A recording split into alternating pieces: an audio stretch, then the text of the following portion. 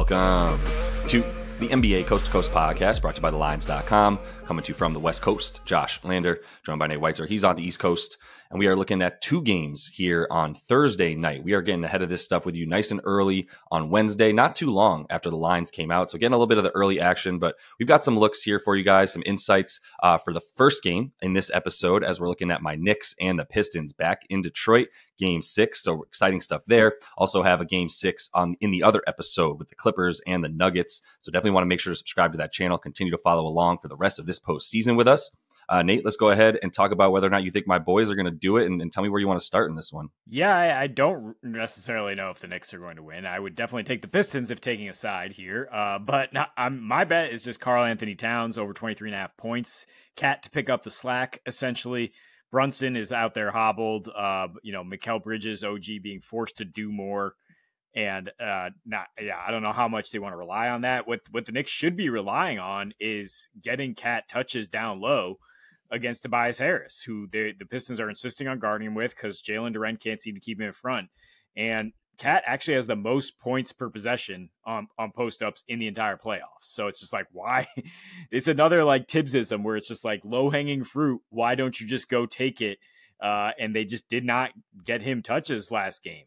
He was pretty efficient with the touches, but yeah, only 17 points because they were limited. You look at games 3 and 4 in Detroit after he was basically invisible in game 2. And he led the team in front court touches, got half a point per touch, 50% shooting on post-ups, pull-ups, 53% on catch and shoot. He was just scorching from 3, 60% in those two, and 58% for the last 3 in this series. So, he is willing to take these big shots, as we've seen, big fourth quarter threes, often from distance. We were talking 29 points a game on the road. He's actually been much better scorer in the road in the playoffs the last 2 years. 7.6 more points per game on the road, and shooting 48% from deep versus 29% in home games. Maybe something about playing to that crowd. Done a pretty good job staying out of foul trouble here. I think he's just starting to figure out the Tobias matchup. And there was that one possession, right, where he just backed him down, spun, got the foul call, and then JB Bickerstaff decides to challenge it. Just have to throw that out there because like JB Bickerstaff might be the worst challenge coach when it comes to challenges in NBA playoff in the recent history of challenges, it being a thing in the playoffs, and just like, what are you doing? But yeah, Cat's a problem for these dudes, and Brunson's not necessarily healthy, and he's seeing a ton of attention. Yeah, it's wild to watch that with JB, and I have a few Pistons friends who are hitting me up, complaining about calls, complaining about Bickerstaff as well. And I think at this point, like, Cat is become a constant, which is wild to say. Even when he doesn't get it going for parts of the game, he really gets it going when he starts to get hot, and he's on one in that sense. I'm feeling like it's a bit more of a Cat game again than a Brunson game, and it really comes down to the matchup, like you said. And if this game is allowed to continue to be sort of like a bloodbath and a bludgeon fest between these two teams, and the refs don't necessarily call it quite as much, which we've seen actually a little bit more in Detroit, because this last game there was like 60 free throws taken in that one. But main point here is like Cat's going to be a good shooter in this one, and it's also a segue into my first bet here, which is under in this game at 212.5. I think we're at that point in this series where it's like these dudes have to be tired. They're basically playing every other night till this thing gets closed out. I think there's a little bit more of a break in between 6 and 7, but like, yeah, at this point there's not much of one in there between their last two games. So that's part of the cap here.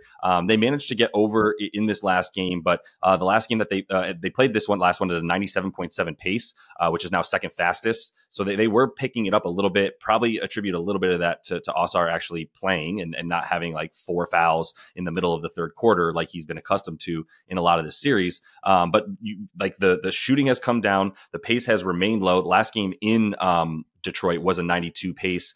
Two of the games that now in Detroit as well, we're talking about like low 90s pace versus the into the Garden. They've been actually playing a little bit faster for whatever reason. Not much of a something I can point to there. But then you look at like I said, the free throws are going to be a big part of this because if we limit those, then these teams are just, I don't know that they're shooting well enough on these tired legs as they keep going, trying to keep that pace up, and they can't even really do it, especially when you see the things get the way they are in the fourth quarter, right? And it becomes Brunson time. And that's when it's also just like, well, we're getting 24 seconds out of this shot clock pretty much every time, or at least like 18 to 20 every time. There's really not any early shots going up. It's taking him a while to get into his stuff, which is a big part of it. I think we'll also see a bit more defense as like guys like, Duren didn't have like necessarily an awesome game either. It's usually either scoring or rebounding for him. But I'm just wondering, where's the outlet? Because he had 6 assists in this last game. Cade's getting doubled, and they are shifting really quickly to the shooters like they did last game. Finally started getting out on Beasley and THJ, realizing that was going to be a big problem.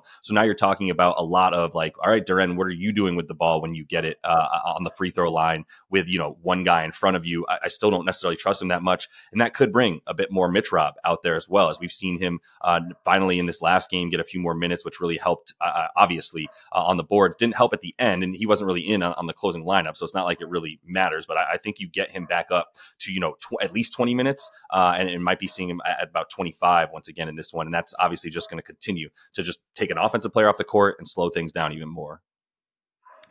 Yeah, because I mean, Mitch Rob, the worst free throw shooter in the series by far. So, I mean, the biggest reason for concern for me, I started researching this as well. The under was just the cavalcade of free throws that we could expect to see if the refs are like, all right, we got to get the series under control. That the Pistons be hacking. We know this. They give up like 30 free throws a game frequently.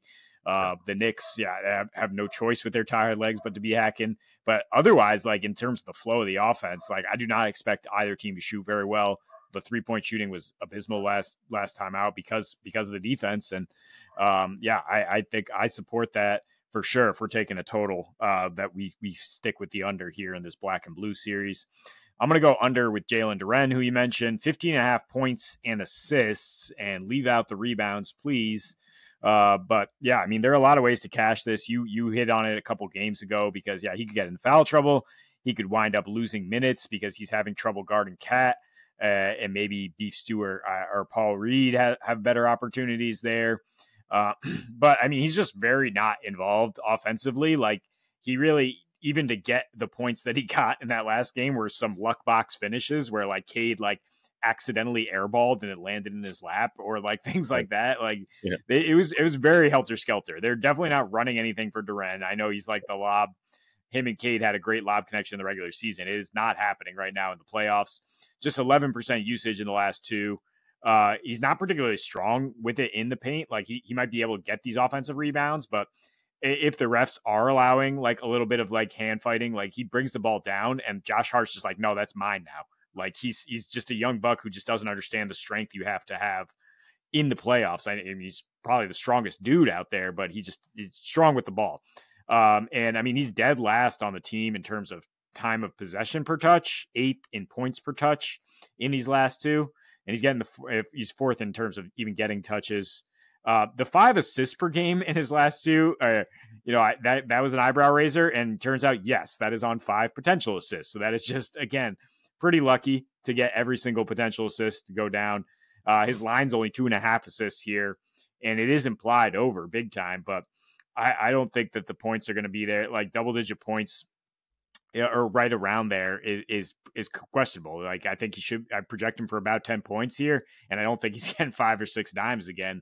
That just seems like an anomaly. Yeah, the other out would be Stewart, Beef Stew coming back, right?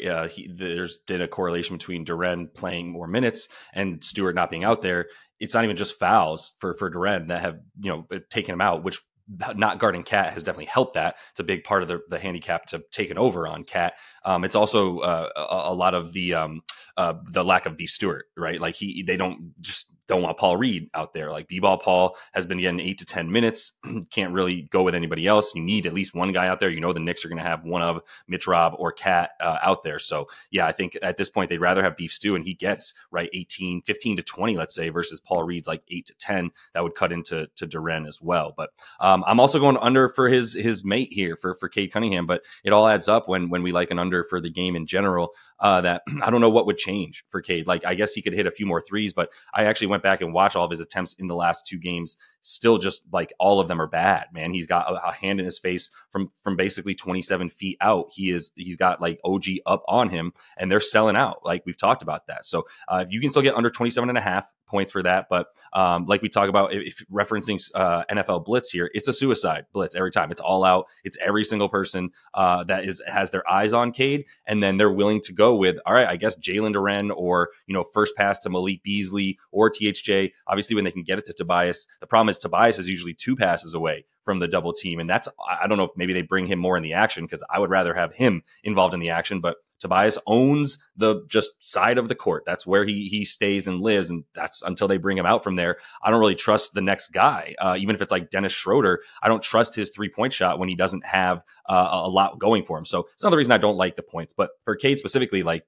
all the things I'm talking about are going to be the after effect of Cade having to pass the ball. It's going to continue to be that case. Now, he only had 17 potential assists in this last game, but again, that's also because like he's not passing it to the guy that's open. They are still covering 1 pass away. It's usually 2 passes away that the Knicks defense becomes vulnerable. So if you wanted to add under assists for Cade, I think it's a little bit ballsier, because there's still a world where they do find a way to like get Tobias to be the first pass off of him, and now he's open for a mid-range shot, and that's Tobias's bread and butter. So I don't know if that's going to play into things here, right? But yeah, I'm not scared of the lob to Duren at this point. I can't tell you how impressed I am in like the last 2 games at least with Cat's defense, if you can believe me saying that. Like he's dropped down enough and avoided fouls in a way that he actually has sort of caused problems for guys driving to the rim versus an imbalanced offense, or Duren trying to go one-on-one. Clearly, Duren's going to have to go to the Hakeem Olajuwon school of footwork and like post moves in the offseason. I think that's the next thing missing from his game, is can he back a guy like Cat down? Because if he can't punish Cat and make sure he's getting fouls, Cat's too dang good on offense to not be sort of a net positive when he's going up against Duren. Yeah, the Knicks adjusted since like game 2, when Cade was able to just dance on them in isolation, get to the free throw line pretty relentlessly. They're not going to let him beat them. And the Pistons, frankly, that's not a consistent recipe for success for them. Like they need these wings to be making plays. They need Beasley, Hardaway, Tobias Harris to start going off. They need Cade to rise to rise everybody else's level. And that's not necessarily scoring 30. So I think these lines still too high for him and Brunson, frankly.